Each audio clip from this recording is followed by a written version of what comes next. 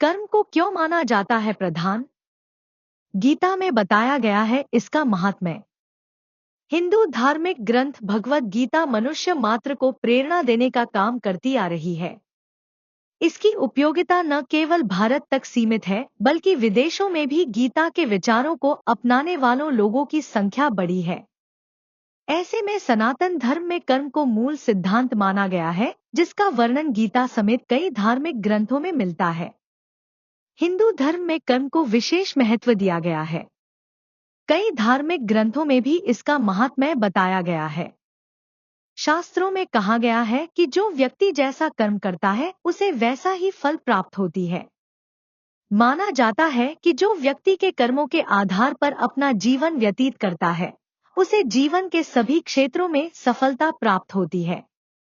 ऐसे में यह कहा जा सकता है कि व्यक्ति का भविष्य उसके कर्म के आधार पर ही तय होता है।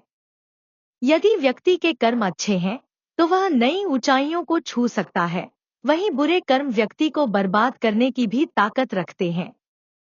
गीता में कही गई है ये बात। नहीं कश्चित् मक्षम्पि जातु तिष्ठत्य कर्मकृत्री। भगवद गीता का यह श्लोक कर्म के महत्व को दर्शाता है। इस श्लोक में भगवान श्री कृष्ण अर्जुन को समझाते हुए कहते हैं कि निःसंदेह कोई भी क्षण भर के लिए भी कर्म किए बिना नहीं रह सकता। ऐसे में कर्म करना ही प्रकृति का नियम है और इसका विरोध नहीं किया जा सकता। यदि हम शरीर से कोई कर्म न भी कर रहे हों, तब भी हम मन और बुद्धि से क्रियाशील रहते हैं। जब तक हम इन गुणों के प्रभाव में रहते हैं, तब तक कर्म करने के लिए हम विवश होते हैं। इसलिए कर्म का सर्वथा त्याग करना अंभव है, क्योंकि यह प्रकृति के नियम के विरुद्ध होगा। क्या कहते हैं भगवान कृष्ण? कर्मण्येवाधिकारस्ते मा फलेषु कदाचन मां कर्मफलहेतुर्भुर्मा ते संगोस्त्वकर्मणि।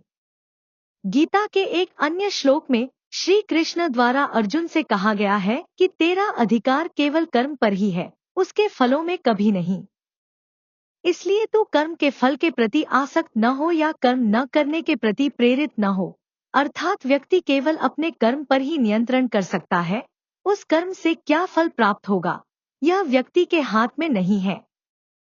ऐसे में व्यक्ति को फल की चिंता किए बिना केवल अपने कर्म पर ध्यान देना चाहिए।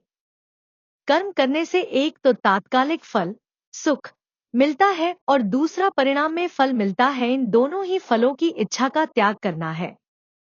अपना कुछ नहीं है, अपने लिए कुछ नहीं करना है और अपने को कुछ नहीं चाहिए। इस प्रकार कर्ता के सर्वथा निष्काम होने पर कर्मफल की इच्छा का त्याग हो जाता है। गीता के अनुसार जो कर्म निष्काम भाव से ईश्वर के लिए जाते हैं, वे बंधन नहीं उत्पन्न करते। वे मोक्षरूप परमपद की प्राप्ति में सहायक होते हैं। इस प्रकार कर्मफल तथा आसक्ति से रहित होकर ईश्वर के लिए कर्म करना वास्तविक रूप से कर्मयोग है और इसका अनुसरण करने से मनुष्य को अभ्युदय तथा श्रेयस की प्राप्ति होती है। काम, लोभ, क्रोध और लोभ को तीनों नरक द्वार कहा गया है। इन तीनों गुणों के द्वारा मनुष्य को अनिष्ट का अनुभव होता है और यह उसे सांसारिक बंधनों में फंसा देते हैं।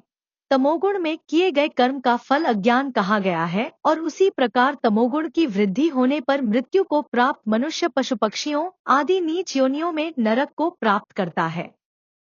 भगवान श्री कृष्ण गीता में भगवान श्री कृष्ण अर्जुन से कहते हैं कि इस सृष्टि के रचना मूल रूप से 3 गुणों से हुई है। ये 3 गुण सतो, राजस और तमस है। कर्म ही व्यक्ति के भाग्य और जीवन का निर्माण करते हैं। सृष्टि में कोई भी व्यक्ति बिना कर्म किए नहीं रह सकता है। वह या तो विचारों के माध्यम से सक्रिय है अथवा क्रियाओं के माध्यम से या फिर कारण बनकर कर्म में योगदान कर रहा है। जीव जंतु हो या मनुष्य, कोई भी अकर्मण्य नहीं है और न ही कभी रह सकता है। कर्मों के द्वारा ही भाग्य में परिवर्तन लाया जा सकता है। पिछले जन्म के कर्म और इस जन्म के कर्म दोनों के मिलेजुले संयुक्त परिणाम को भाग्य कहा जाता है।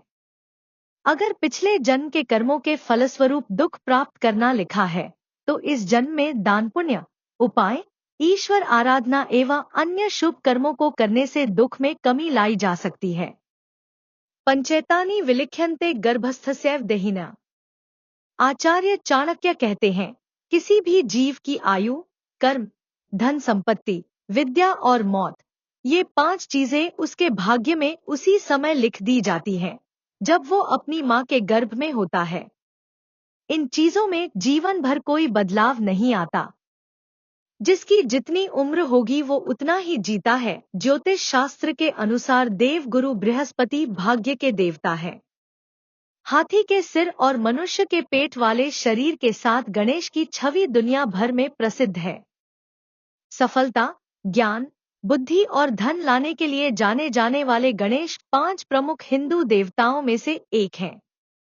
इंसान 2 बार जन्म लेता है। पहला जन्म इस संसार में होता है, जिसको कर्म लोक कहते हैं। यहाँ सारे इंसानों की परीक्षा चल रही है। मृत्यु के बाद इंसान का दूसरा जन्म परलोक में होता है, जहाँ उसे अपने कर्मलोक के कर्मों के आधार पर स्वर्ग या नरक मिलेगा। इसके बाद कोई जन्म नहीं है। गीता एकमात्र ऐसा ग्रंथ है जो मानव को जीने का ढंग सिखाता है। गीता जीवन में धर्म, कर्म और प्रेम का पाठ पढ़ाती है। गीता के अनुसार हमारा भाग्य और कुछ नहीं बल्कि हमारे कर्मों का ही फल है। श्रीमद् भागवत गीता में भगवान कृष्ण के उपदेशों का वर्णन है। गीता के ये उपदेश श्री कृष्ण ने महाभारत युद्ध के दौरान अर्जुन को दिए थे। गीता में दिए उपदेश आज भी उतने ही प्रासंगिक हैं और मनुष्य को जीवन जीने की सही राह दिखाते हैं।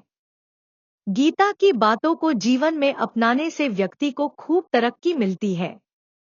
गीता एकमात्र ऐसा ग्रंथ है जो मानव को जीने का ढंग सिखाता है।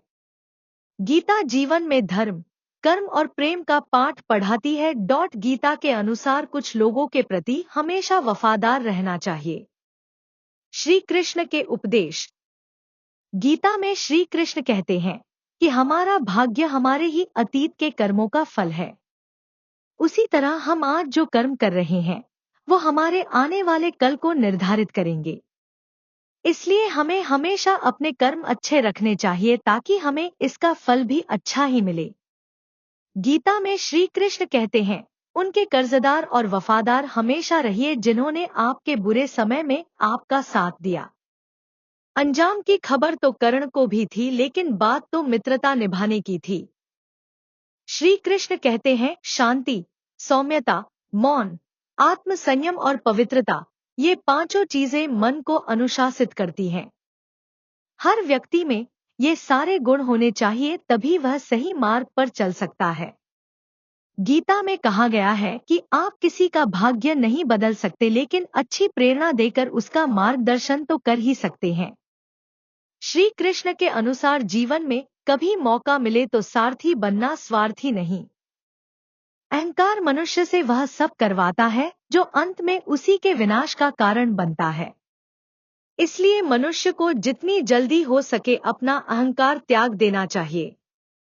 श्री कृष्ण कहते हैं, कर्म वो फसल है जिसे इंसान को हर हाल में खुद काटना ही पड़ता है। इसलिए हमेशा अच्छे बीज बोए ताकि फसल अच्छी हो।